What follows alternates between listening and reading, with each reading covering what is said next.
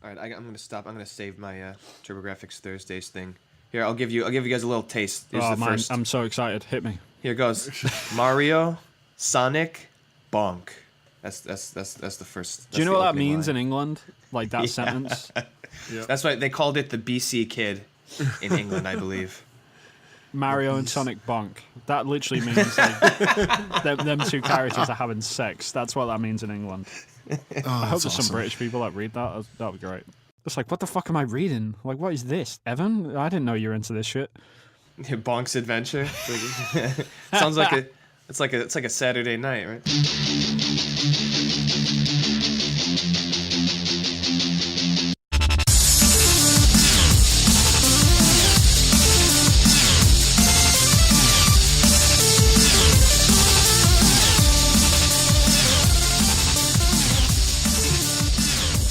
What's up, guys, and welcome to episode 21 of Podcast Reload. It's the General Gaming Podcast by Sifted.net subscribers, where we invite community guests onto the show to talk about the games industry in all its weird ways. I am your host, Vin Hill, and joining me, as always, is my co-host and fellow Japan dweller, Evan Piotrowski. Hello, everyone. And joining us as well is our community guest, and this week we have the staff member, Bentley, also known as Brian. Hey, what's going on, everyone? Thanks for having me back. No worries, man. Yeah, we got any housekeeping, Evan? I don't think we've got anything, have we? No, I think we're good. I think Evan has a new. Evan has a new blog post. I'm just saying. Yeah, we can plug that. We'll plug that now, and I'll also mention it at the end of the episode as well. Oh, okay. Yeah, just go and read Evan's blog, basically. Yeah, just do that. But for the time being, man, we've actually got a question for you, Brian. Sure. I don't actually know if we asked you this question last time, but we'll try it anyway. Oh, the desert island is what I had last time. Excellent. That's good then. Okay, so our question is, if you could have any developer make any game, remake, sequel, new IP, whatever, who and what would it be? Okay, so my first initial joke response is Kojima Productions doing pachinko games for Konami. But my real that would be their best pachinko game, by the way. I'm sure it would be. But no, when I really sat and thought about it, I was thinking, okay, I really want a really good single player game with a storyline with an IP that I love, and so I came up with CD Projekt Red doing a single player story based Star Wars game. Ooh, that would be good. I could get behind that. Yeah. Think about the amount of time, even like gray moral areas that they could use, with the Force, and they're good at sword combat. I would even love to see what they would do with like ship to ship combat. Jumping in an X-wing or something. I would be very interested to see what they would do with that. That could be very cool, actually, because I think like a lot of fantasies these days, we're sort of getting exposed to a lot of these like adult fantasies, you could say. Like Game of Thrones has got like a lot of adult content in it now. I think The Witcher had a bit. It was leaning towards more adult style stuff, and I think it'd be cool like we had a Star Wars game like that, because they're always like these high fantasy sort of everything's perfect, perfect moves and all that sort of stuff. So yeah, like I'd totally be behind that. Yeah. So, Brian, do you have any ideas in terms of the framing of the story? Like, are new characters bringing in old characters? That game that was canned, the Boba Fett game. Would you have a well-known character be the protagonist? I probably wouldn't. I would probably shoot towards more of kind of how Rogue One is going, where it kind of has some periphery characters that are that influence major events without it being without it being so obvious that I would even be willing to do. Well, of course, he doesn't really have much force, which somebody like a Wedge Antilles, where he's a major character, but he's not, a lead character. But I was thinking more in terms of you could actually do, some kind of, a Jedi or, something for after, Luke starts the academy, the Jedi Academy, and maybe someone from that school that goes out and does something. That's a good start to the story. Yeah, Luke's Jedi Academy before the Kylo Ren Right. Stuff happened. Yeah, that's Because that's pretty you cool. have to imagine that there were other people other than Ben at the academy that he Good was point. doing, and so maybe those characters have something to do with, the First Order or fighting the rebellion or whatever. Yeah, that would be cool. I'd totally play that. Yeah, Yeah. I think like the best part about this pick really is probably the CD Projekt Red part, because like you could tell that they would do like a grittier version of Star Wars, and I think that's really what the series needed. And I think that's what Abrams brought a little bit back of, because the original the new trilogy that George Lucas did was just such a hot mess. It was too shiny and new, and just the story was terrible. But like the older version, the original trilogy and the new one, like The Force Awakens, is there's a lot more grime to it, and I think we need that for a Star Wars video game and movie now. I think so, and I think they would be very respectful to the source material, and Yeah. especially when you think about how they respected the Witcher stories, and then have that then translate to them holding the Star Wars IP license. I think that would be. I think they could do a really good job with that. Right. That would be a cool game. I'd totally play it. Yep. Sweet. So we should move on. Evan, what have you been playing this week, man? I haven't touched a single video game this week, Period. which Okay. I will bring up a little later in the podcast in our topic. So, Spoilers, man. I'm sorry. Ruined. Oh, we should just stop this episode now. I mean, useless.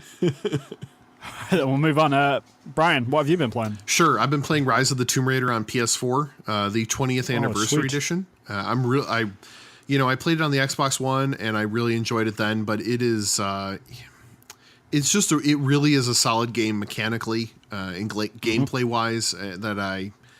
It's a fantastic game. And if you don't have an Xbox One or don't have it on the PC and just have a PS4, it's a must buy, I think.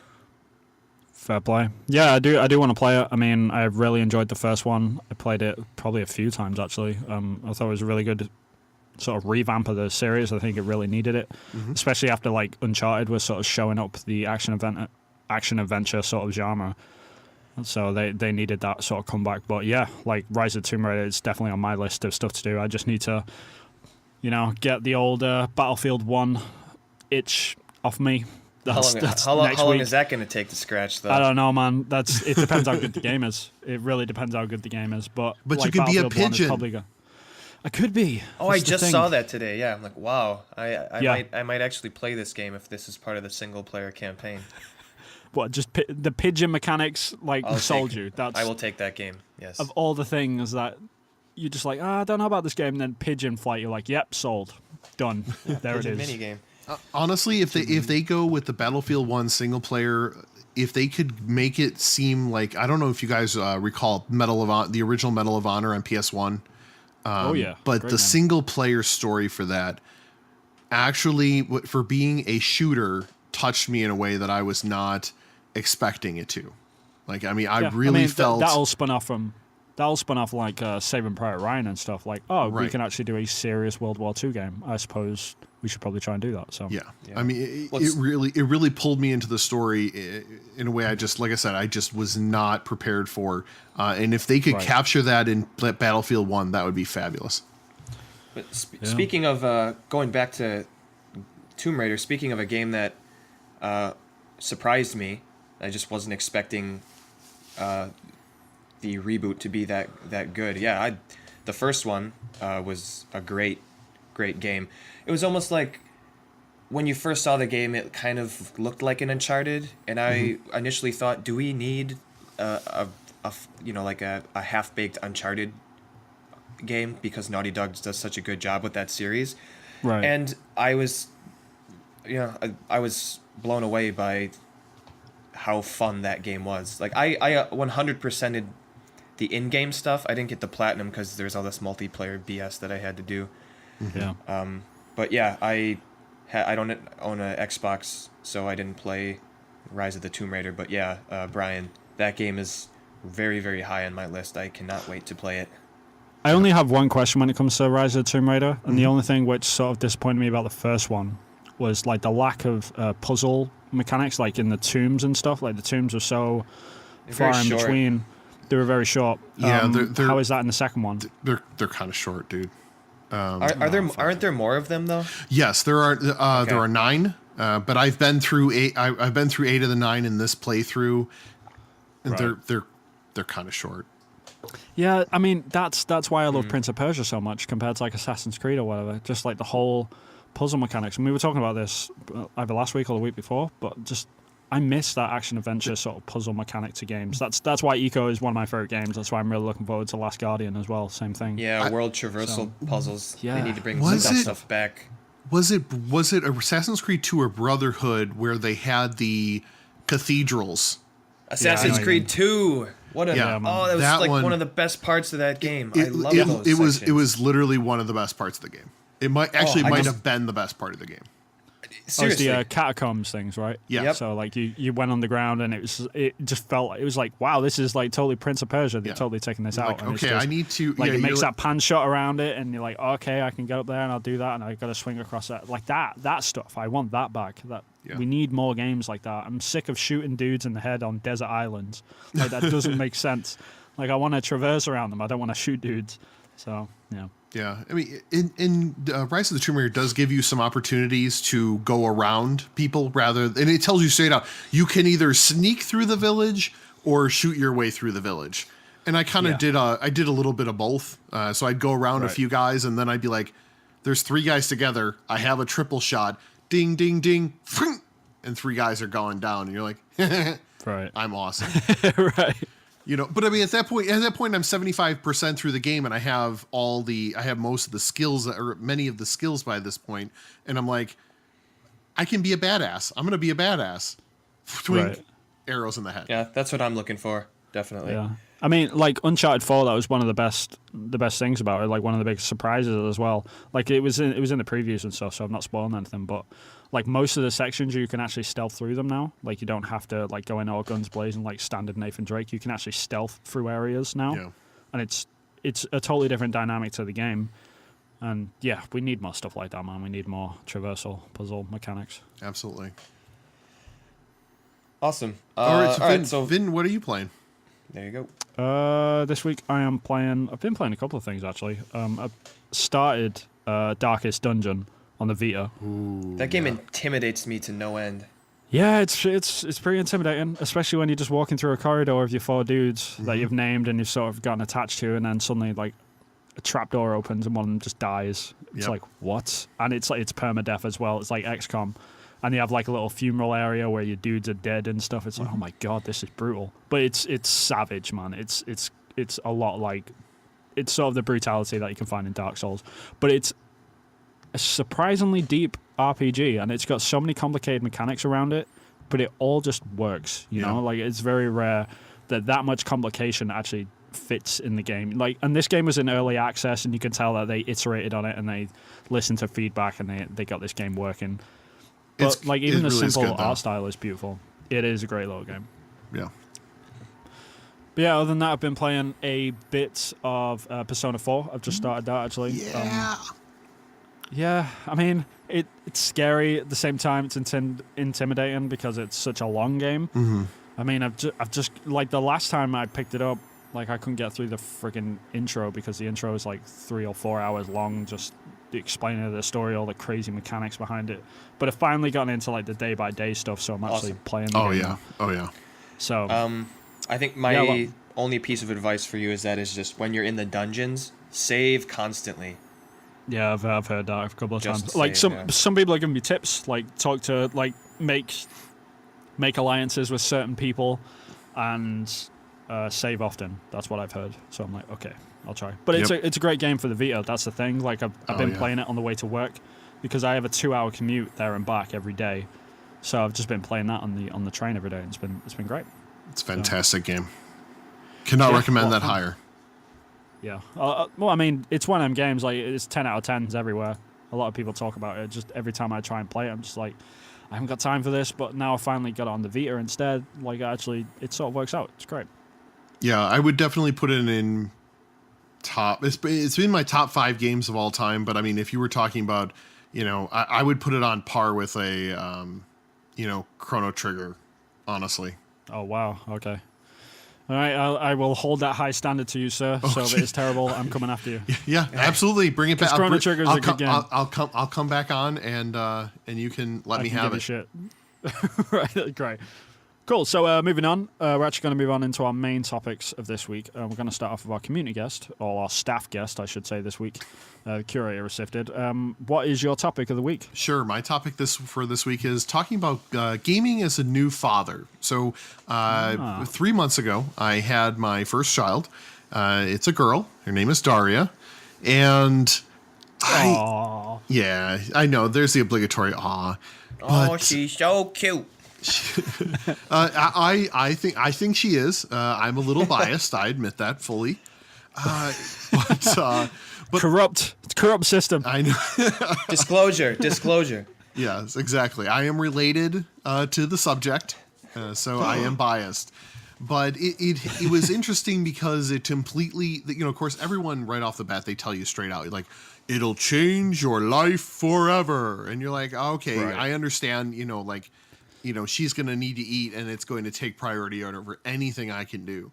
And that definitely happened. So like I'd say in the first 3 weeks, now granted, we were also moving. So there wasn't much time to play video games because I was either taking care of baby or packing. But once we kind of got settled in here at our new place, it was like, okay, I'm starting to learn, some of the ins and outs. So, there's, my wife feeds her and then I walk her and, I kind of walk her and I sing to her and she goes to sleep and then boom, I now have, like this 1 hour block to play my video games. The golden hour of video games. Yeah. Because, especially at the beginning, she's waking up every 2 to 3 hours to eat. And it's like, okay, I have this hour. And in this 2 hour block that I know she's going to be sleeping, I can play for an hour and then I have to do dishes or, clean this or unpack this or whatever it is. So, you have this block. I'm like, okay, I'm going to carve out this part.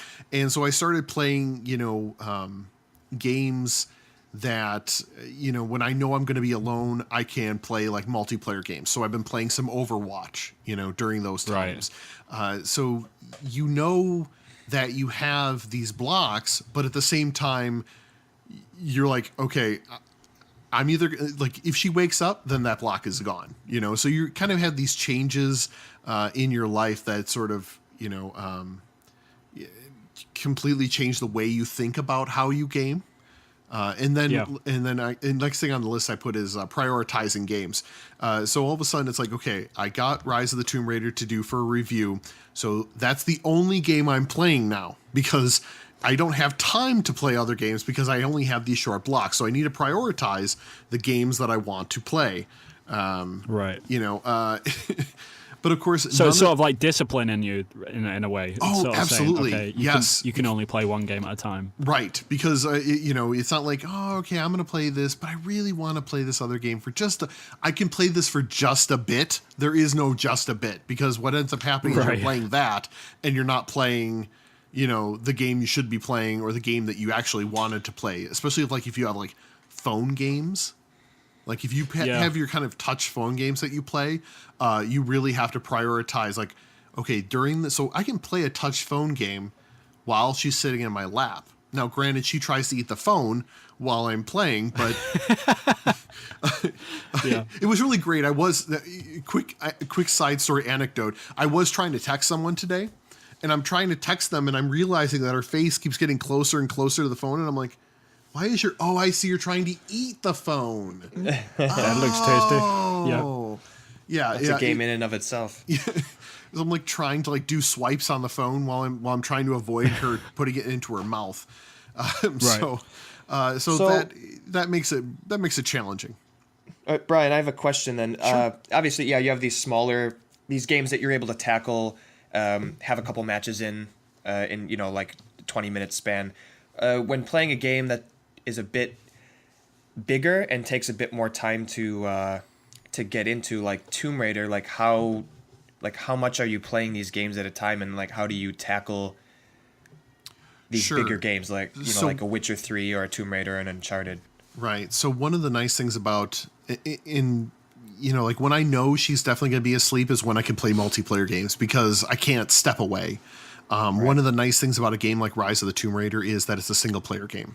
So at any time, it doesn't matter if I'm, in the middle of a tomb trying to drain all the water out of this bathhouse so that I can, get the secret, when Lara's by herself solving puzzles, or if I'm in a firefight with 12 dudes, Lara can stop for a second and be like, do while I take care of the baby. Right. So if she's laying there or, she's in my arms, I can play until she gets like fussy or needs to be walked around or needs to get her diaper changed. And then the other world, the escape world, needs to stop for a minute. So there is, when I know that I'm going to be kind of like watching her while I'm playing, then I do tend to move towards a single player experience where I do not have like, no one is going, oh, I can't believe that guy, that Quiglin guy dropped from the game again. I can't believe that guy.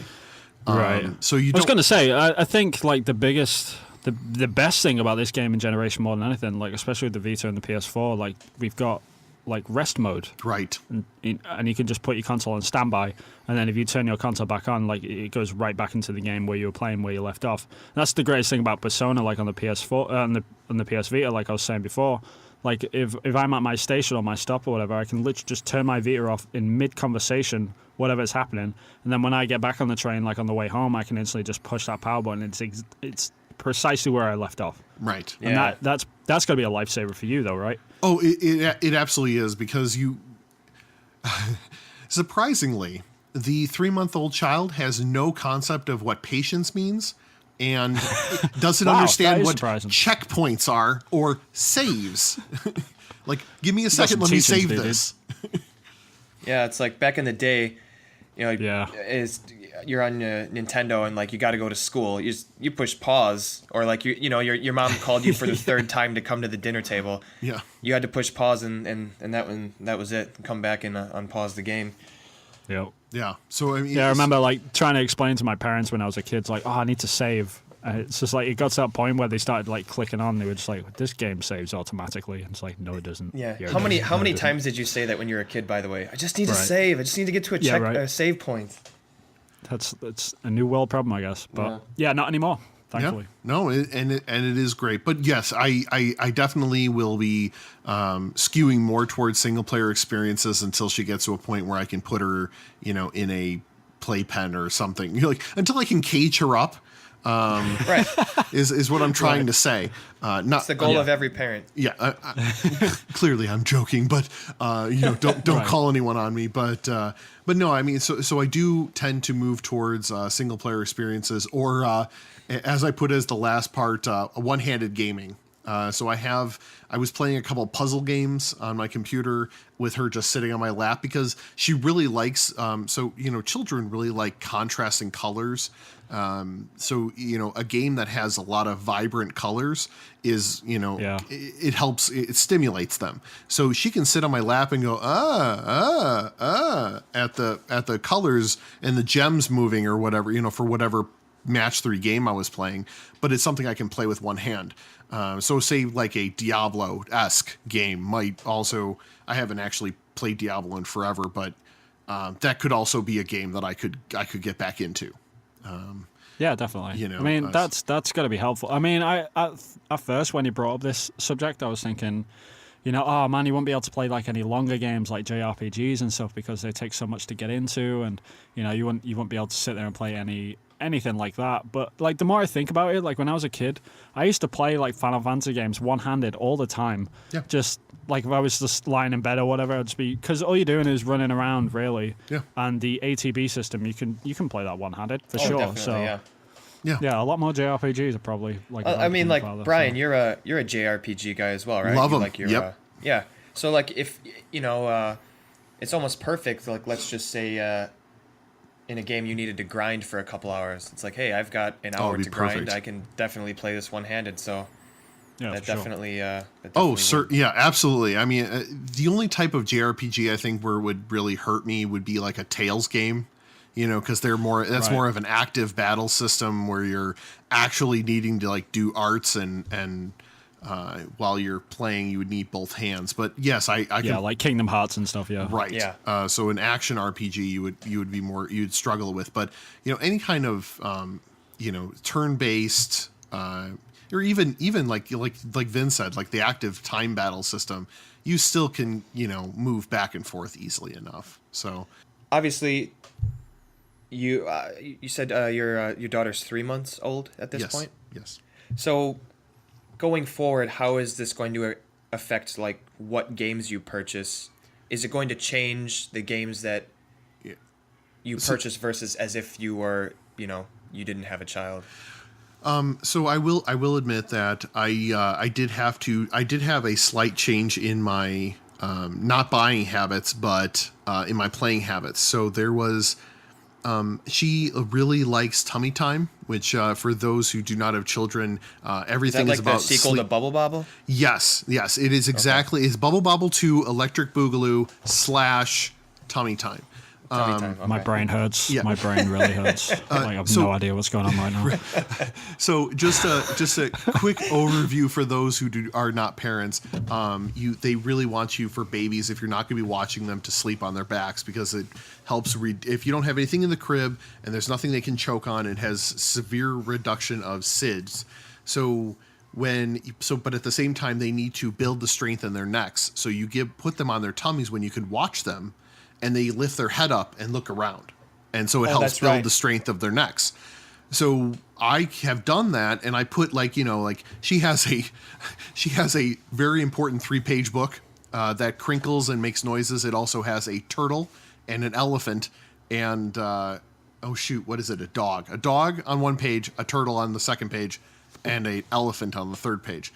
Anyway, I put that in front of her, but when I was playing Tomb Raider and she was awake, the wolves actually kind of startled her when the wolves would attack. And I was like, Right. and all of a sudden I saw the visceral reaction she had, and I went, okay, we're going to pause this and we're going to Really go play something else for a while. And Daddy will play this later, because clearly just the sound, it obviously Scared her a little bit. well, and Yeah, it triggered that fight or flight response for her.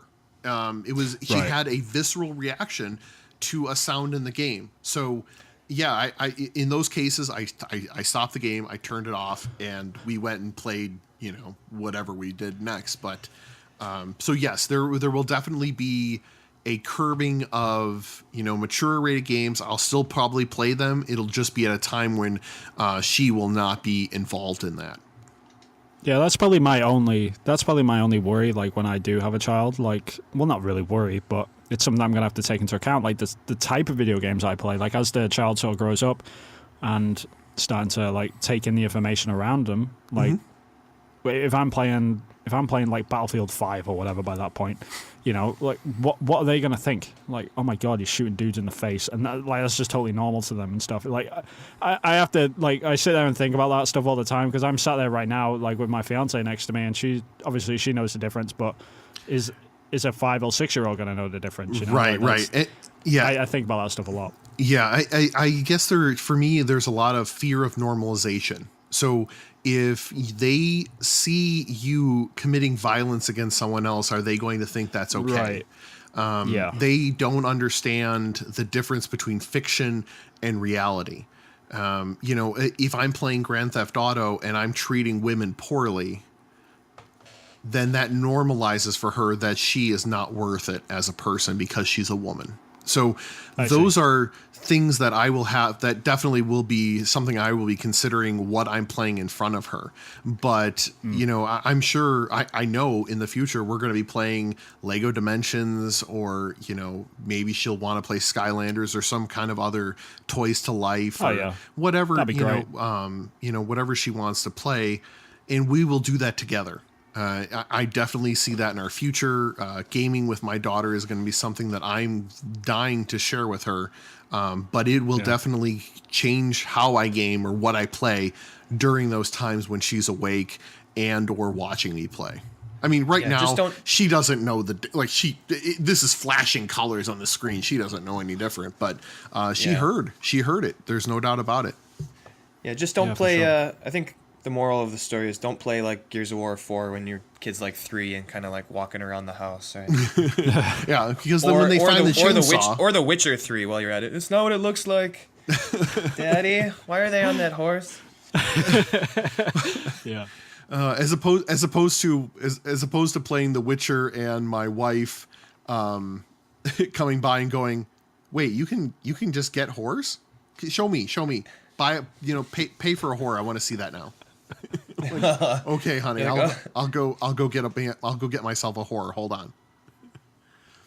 Just No, wait, it's an interesting subject. I mean, I think every guy out there probably thinks about this stuff, like, especially hardcore gamers that, are sort of getting into a deep relationship with their partners and thinking, like, how is this going to affect my life when I start to settle down and have a family? Because, a lot of people see like our hobby as sort of like kiddie hobby or whatever, but it's not. And I think it's just about like learning how to adapt, because it certainly sounds like you have. So, that gives me hope. Like I was really worried that I'm going to have to drop every FPS I play, every action adventure game I have to play, and just stick to Skylanders or whatever, like for the rest of my life. That would suck. But yeah, no, it's encouraging to hear that you've like adapted to it accordingly, and it sounds like you're prepared to adapt for it even further. Like when it comes down to absolutely, obviously your daughter getting a bit older, right? Because and here's the thing. I mean, like when it comes down to it, because I love gaming so much, like I'm not going to stop, and so I am willing to do what it takes so I can continue doing my hobby. Yeah. So sweet. Yeah. No, that's cool, man. Cool. So move on to our next subject. Evan, do you want to kick us off? Yeah, I mean, I alluded to it in the what I haven't been playing section of the podcast. My topic this week, or our topic this week, is Crash and Burnout, putting down the controller. So I haven't played a single game this week, which is the first time in I don't remember when. Well, I went back to the States for a month, but that was to see family I hadn't seen for a couple years. It's a bit different, Right. but It's the first time when you've had the option to play video games and you just haven't. You mean? yeah, I mean, looked at my Wii U, wondering if I should clean the actual dust, the literal dust on top of it. You are not the first person to. Yeah. Don't worry about Yeah, it. I don't think Look at that there are burned out people. You're not the last person to look at your Wii U and be like, yeah. What does this do again? Yeah, it plays Paperweight. Netflix. Woohoo! Yeah. But anyways, going back, I just got a 3DS, got a Wii U, got a PlayStation 3, I have an iPad, and I couldn't do it. There's nothing catching you. I just didn't know what to play. I didn't know what to start. I have tons of games that can hold me over until I get a PS4 Pro next month, but I don't know. I don't know if it's burned out or I'm mentally prepared, just ready for the PlayStation 4, and that I just don't feel like going back to anything at this point. But I just feel like I'm burnt out for one reason or another. I don't think you're alone. That's the thing. Like Yeah, I think every so- gamer goes through these burnout periods, like where you've played so many video games, or there's just nothing quite there to play, or even like a game might turn you off, So yeah, I don't think you're alone on this one, man. I sometimes like I do this thing where I get burnt out from a video game and I stop and I just look at my, my pile of shame, as we were talking about last week, just the sheer amount of video games that I've got to play I haven't even started. And I'm burnt out and I don't want to play any video games and I sort of feel guilty, Mm-hmm. Do you ever have that? Oh yeah, it's too many things to play and you can't decide. It's like a menu that has too many items on it. Right. It's just like I don't feel like ordering anything because it's just too much, and my Then you backlog don't is end up eating. yeah. So I think that's part of it. So actually, my first question on this topic, I'll throw to Brian first, is when was the last time you were burnt out on gaming, and what was the reason for it, if you can recall, Brian? Well, I mean, I think, you put on here what's the least and most amount. So I was literally putting in the most amount. Last time I was really playing like a Persona game. So I think I finished playing Persona 4 for the second time, and I was playing Persona 3, and I was just pouring hours and hours and hours into it. And I think that was when I was doing the most. And the least was really just recently when I was, when we were doing moving and having a child. So there wasn't much gaming to be had. Right. And so really that was the reason. But I totally understand, especially after you finish a game and you have that sense of release. I can totally understand having that paralysis of choice, because you're looking at your thing and you're like, okay, I still have to do Fallout 4, Witcher 3. And you're like, oh my God, that's like 60 hours each. And at least. And so you're definitely having that moment of like, am I ready to really start making the commitment to start playing this game? Because I feel like we all still have that, you have that commitment of when I decide to play this game, I'm going to play this game. Like, I don't think anyone ever starts a game going, I think I'm only going to get through about, I think I'm just going to get through the first 3 chapters of this. Yeah, I'll dabble in The Witcher 3. Yeah, no one says that. Yeah, so I completely understand. So but I think burnout is I think that's just a normal thing that people go through. I really do. I don't think I agree with Vin. I do not think you are alone in that time, with that feeling. Right, yeah, I just think it's one of them things where gamers don't really talk about it because it's sort of saying, I don't want to do this hobby which I love today. Yeah. So, yeah, it's sort of a weird conversation to have in that respect. But yeah, I think it's totally relevant at the same time. I mean, I think I'm with you though, Brian. Like, I don't think it's anything specific. It's more to do with the games itself. Like, if I've got a load of like long ass games in front of me, like, I don't know, like Dragon Age Inquisition and Witcher 3 and the Mass Effect trilogy or whatever, just sat there in my pile of shame. Yeah. Like, I'm looking at them like, no, like, I just can't even face that right now. Like, and a lot of it is to do with life. I mean, you're obviously talking about you just had a daughter, and like me, the last burnout that I had was probably just because I got busy at work. Like when work took over, I came home and I had maybe an hour spare, and I was like, okay, I've got to eat, I've got to clean up, I've got to like get a shower, I've got to like just readjust my brain so it's out of like game land, because like I obviously work on games all day, and then you've got like half an hour left. It's like, what am I going to do this time? Like, I should probably play a video game. And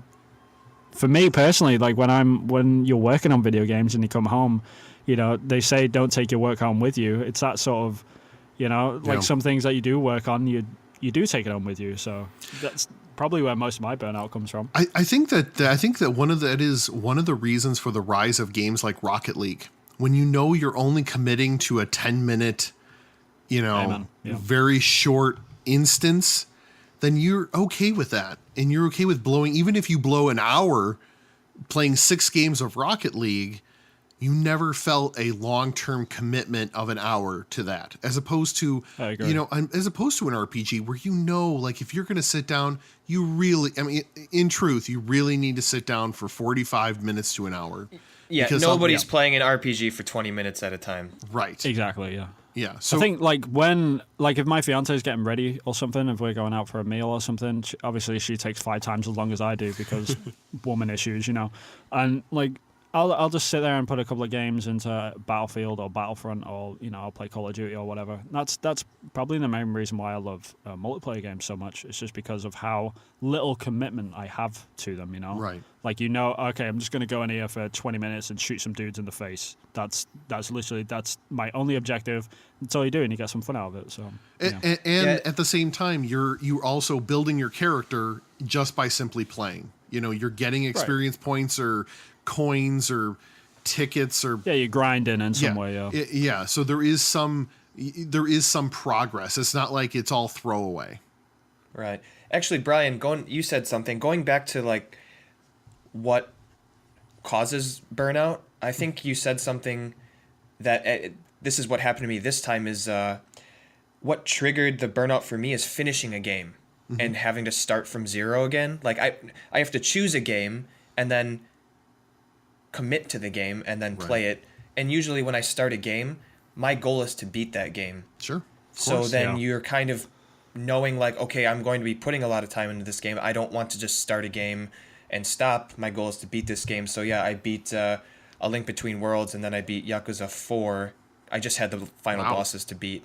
And then after, I just had like the last boss. I didn't like play it for 40 hours and then But yeah, after that game, I was like, I don't know if I want to start another game. I don't want to start a game from scratch. So But saying that, Evan, like you're quite a completionist, especially when it comes to like achievements and stuff. Like, which obviously is not like I'm not deterring you away from that. That's great. it's part of the But problem, though, I think. Do you think that's part of the problem? That's Yeah. what I was going to ask. Like, Yeah, do you definitely. think like you're sat there, like you finally get that platinum trophy, and it's like, oh fucking hell, finally, okay. And then you boot up the next game, and you look at the trophies. Like, do you ever just look at them and be like, oh, I don't want to do this right now, and you just turn it off because of that reason alone?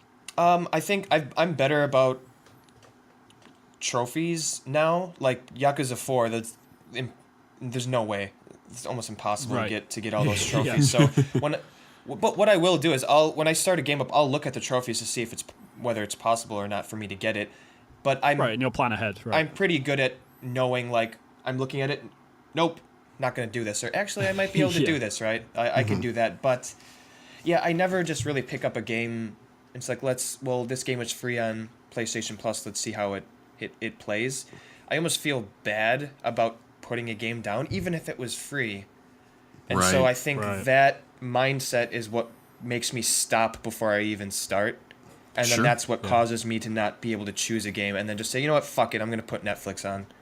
I mean, I used to be like that when I was a 360 gamer, sorry, and I was obsessed with trophies, like maxing out games, getting 1,000 out of 1,000. Like that was pretty much my life at one point. I had like 50 or 60,000 achievement points Wow. on Xbox 360. Like I was nuts over it. But then when I switched to PS4, I was starting from scratch. You know, like completely. Right. Like I didn't know what the trophy system was. I was like, what, fucking gold, Yeah, the silver? sweet What the hell is this crap? release. Right, exactly. And I'm so happy that happened. Like, I'm so happy that I made that switch because I started with a fresh, clean slate, and I was just back to enjoying video games again. You know, I didn't give a shit about achievements. I wasn't getting burnt out over them. I wasn't, stressing myself over trying to max out every game that I was playing. And it was just nice, and I've never actually reverted back to that, like, ever. Like, even I think I've got like 2 platinum trophies on my PlayStation Store now. Like, Yeah. compared to how many games I had maxed out on the last console, it's just insane. It's just a completely different world. It's probably So, yeah. healthier. Yeah. Maybe. I don't know. I mean, everyone's entitled to enjoy games how they do. But Sure, of you know, course, like but- you said, if it burns you out, then maybe. Yeah, I don't know. But like, speaking of that, Evan, like, have you ever had any specific games that you've ever had like burn you out?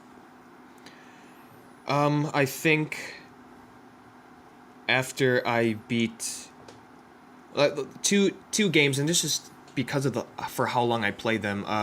Right. After Persona 4, which I hit the 100-hour mark, I don't think I've ever actually played, like a game from start to finish over 100 hours. I don't think that's ever happened to me. Persona 4 is probably the first game. That game, and then Yakuza 5, which was like 75 hours or something crazy. Wow. Where it's Yeah. just like, once I beat the game, like, I felt good. Like, this is finally over, but it's like, oh man, I'm done. Like, I'm fried. That was a lot of game. A lot of game. This is just slightly off topic, but do you guys do that? Like, do you ever just know? Because this happens to me a lot, where I know that once I beat that final boss, I'm done with the game. Like, I'm just gonna put it down. So, like, especially like in Rise of the Tomb Raider, I will go and I will try to do every single thing before I go to that end point, because once I go past that end point, I'm done. You're done. Yeah. I mean, I did that with the Order 1886. I mean, I enjoyed that game. I don't think it should have gotten as much flack as it did. Like, I thought it was beautiful. It looked good. Played well enough. Like, the story it held me on long enough. But like, I knew towards the end of that game, I was thinking, yeah, I'm never probably gonna beat this game up ever again. Yeah, that is funny how that works too. Like, there are games where, like, the reboot Tomb Raider, I beat the game and then I went back to 100% it. But I knew that going into it. Like, I was getting towards the end game. It's like, I kind of want to go back and do all the complete all the tombs and get all the extra stuff. Sure. And then there's games just like you're kind of hitting The the complete end. opposite. Yeah, you're kind of hitting the end game, and you just know. Like, you don't even really have to think about it. It's like, you know what? Once I beat this game, I'm done. I don't really want to play it anymore. Yep. Yeah, there's something to be said for that. I think like a lot of multiplayer sort of FPS games are like that. if you play like a Call of Duty campaign, no one plays a Call of Duty campaign twice. No one. No one's gonna play the Battlefield 1 campaign again. You know, like they're gonna play through it once, and then they're just gonna stick with the multiplayer and play that over and over again. Sure. Right. So, yeah, it depends on the game, I guess. But yeah. How about you though, Brian? Like, have you ever had a specific game just completely burn you out to the point that you're just like, yeah, I need a break from video games. Like this one's really done me over. You know, there have been a couple of games that I've had to review that I did not particularly enjoy, and there was definitely that moment. That's gonna suck. Yeah.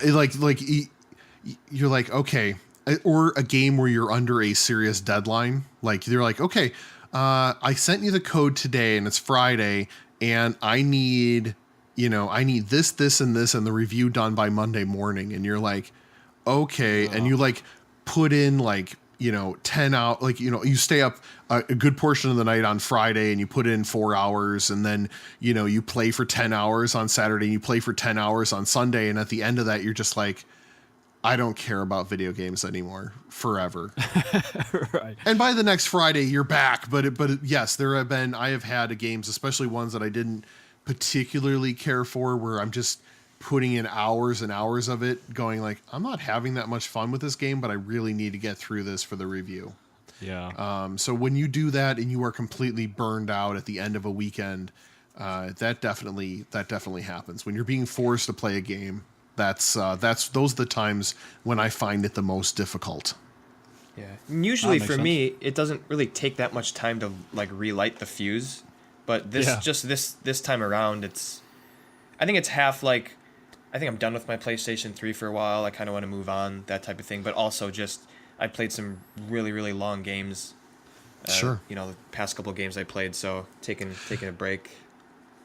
Yeah. I also think it also depends on when those sort of things happen, because I can tell you, like, I will spend, especially like the week of E3, spend all of Sunday, all of Monday, and and all of Tuesday just reading and watching, and watching Shane hang out at the studio with Matt. Not playing a single thing. Yeah, and I'm not playing a single thing, but I get out of that and I am so pumped to play video games. Like it wouldn't have mattered if I had been playing, if I had finished 100-hour JRPG and I was totally burned out of video games. Coming out of something like that, I am so pumped for video games. Like, I mean, I'm just like shaking. I'm so excited for it. So it also depends on the time of the year. Definitely contributes to it then. Yeah. Right. Yeah. Or, or if you happen to go to a PAX or something, there is definitely that feeling after you hang out with other gamers, then you're like, I want to play video games. Yeah. Fuck yeah. Right. Yeah. I mean, yeah. So it definitely depends on the time of year that those sort of burnouts occur. But yes, if it can definitely happen, I think. Mm-hmm. Do you guys feel like that there is an underlying social part to it that says, as gamers, we're not allowed to say things like that? I don't think there is. I think it's just like an unspoken thing. It's like if a bunch of NFL guys are sat around a table talking about NFL, and like one of the guys isn't feeling it that week, they're not going to say, like, you know what, I'm not going to watch the game this week. It's just like, I don't think it's frowned upon. It's like, yeah, you're free to do whatever you want, but I don't. It's just one of the things that people don't mention. I don't know if it's. Yeah. Okay. I mean, people have lives. It's like you said. It's the time of the year. People get burnt out from certain games. They get busy at work. They have kids. Anything can sort of burn us out. But sure. The NFL season starts. Right. Speaking of which. But yeah, I think the important thing is that we always do come back around to it. So yeah, I mean, definitely an interesting discussion. I don't think I've ever really spoke about burnout before. So thank you for your input, guys. I do want to say though that the very first time when I opened up the Google Doc and I was like, Crash and Burnout, I was like, how are we going to link Crash Bandicoot and the Burnout series together? And that's not what he's talking about. Oh, okay, cool. Actually, I'd play that game. Yeah, if there's a game to relight my fuse, just make another Burnout 3. I'll be right on it. Anyway, yeah, moving on to Evan's wish list. So we've got a community suggestion for you this week. Yeah, Alex sent it this week, the mod. And Alex actually passed on the suggestion this week. So he said, Evan should definitely check out Firewatch. So Firewatch is a single-player first-person video game where you, as a man named Henry, explore the Wyoming wilderness after taking a summer job as a fire lookout. What is supposed to be a peaceful respite from your complicated life takes a turn when you start to question some of the things which are happening around you. Your only human connection is over a handheld radio, which you'll use to speak to your supervisor, Delilah, about things both of you are experiencing. So, out of 10, what is your sort of interest in this game? I would say, are we doing like point? Can I do a 0.5? Or are we just doing solid? You can numbers? if you want. You can really. You can I don't want to do. I don't want to do that. You can do it out of 100 if you want. I don't want. I'll say it's a 7, and I say a 7 because I know that it's a very short game that I could complete in one sitting. Right, you're I think not really into those.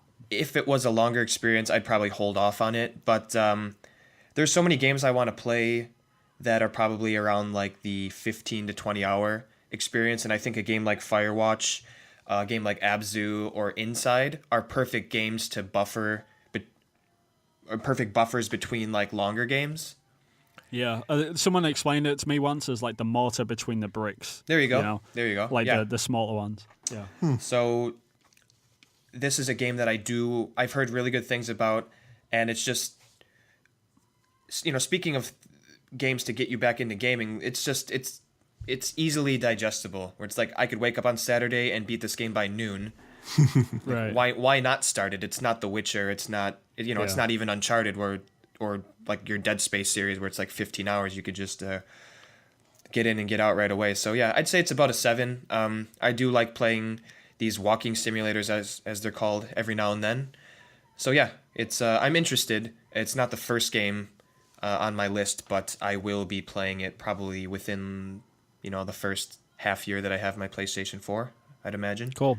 Yeah, I still haven't played it. I mean, I think it was like $20 or something for a couple of hours of a game. I'm not really prepared to pay that much, but if it comes down in price a little bit, I'm going to check it out. But have you played it, Brian? I actually started the game and I got pulled away, and now I can't remember exactly why I never finished it, but Right.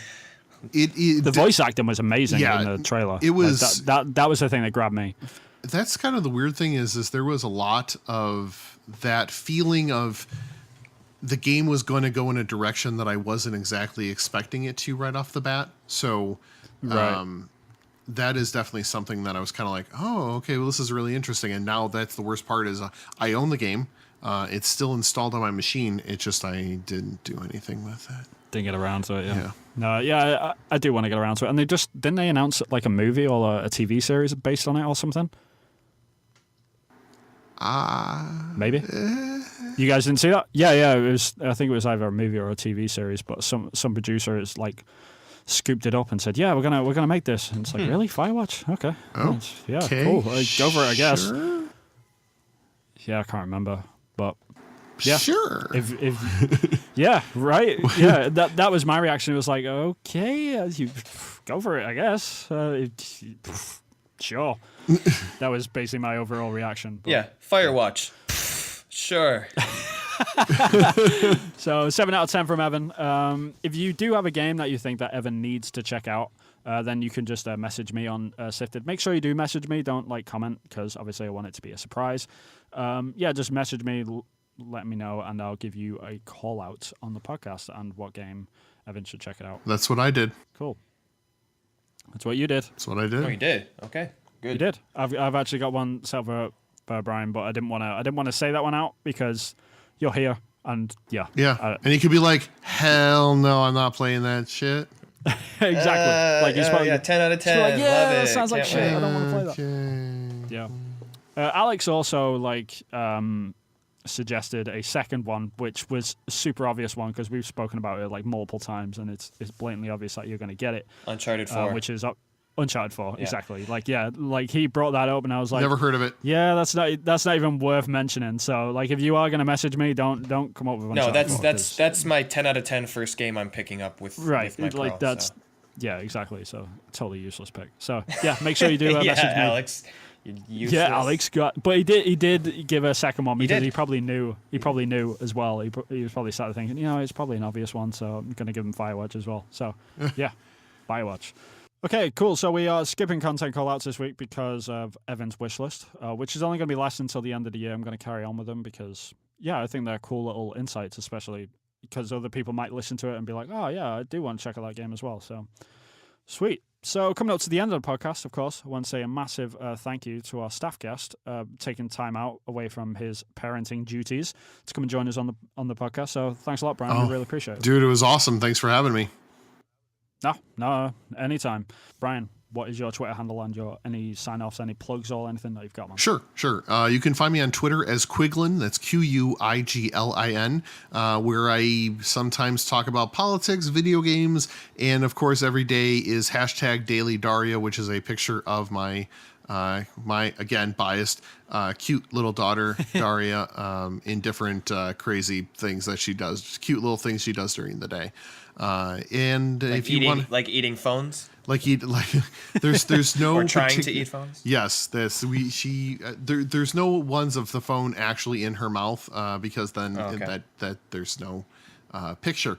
But I suppose that's true. Yeah. you can also check out my podcast, Starting Point.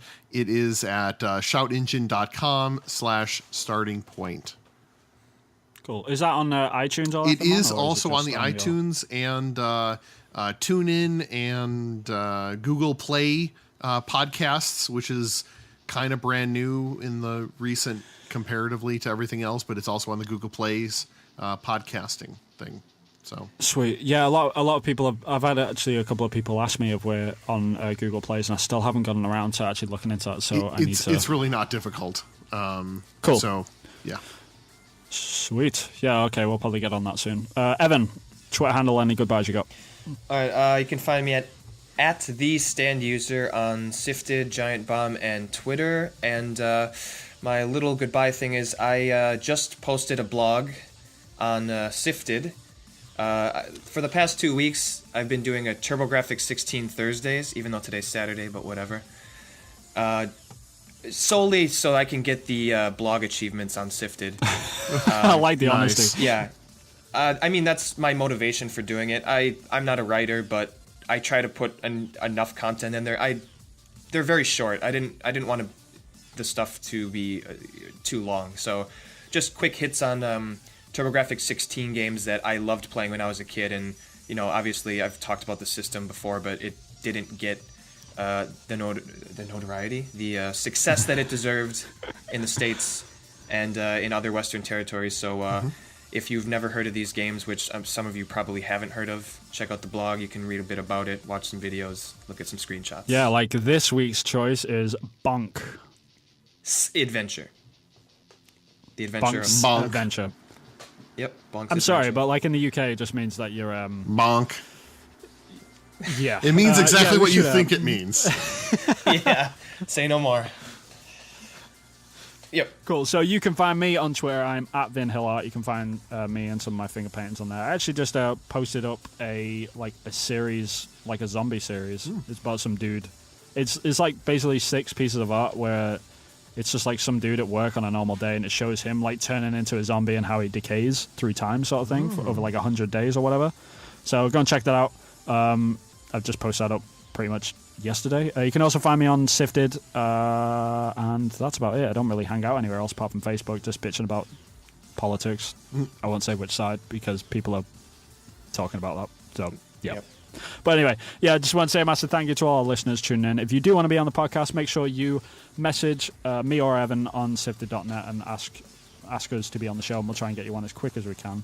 Make sure that you let us know which microphone you've got, where you are in the world, and when you can come and join us, and we'll try and get you on as soon as we can. Our list is sort of thin at the minute, so you probably get onto the podcast pretty quickly, actually. So Yeah, if you do want to be on the show, like 2 weeks. Get on there. Pretty much. Yeah, in the next couple of weeks. Sweet. I'll be Our back list on in is 2 spinning out. weeks. Bam. Yeah. It's gonna be you, Brent, and whoever else wants to come on over and over again. Yeah. So make sure you do message us, and we'll get you on pretty much without any hesitation. So cool. Yeah, from all of us here at Podcast Reload, just want to say a massive thank you for joining us once again. And you can find us on Twitter at podcast_reload. You can follow us on there, and we'll try and keep you updated with all our shenanigans and everything that we're up to. So from everyone here, thank you very much, and we'll see you next time. Ta-ta. May all your adventures be bonk. Sayonara. Goodbye. See you on Sifted. Bye-bye.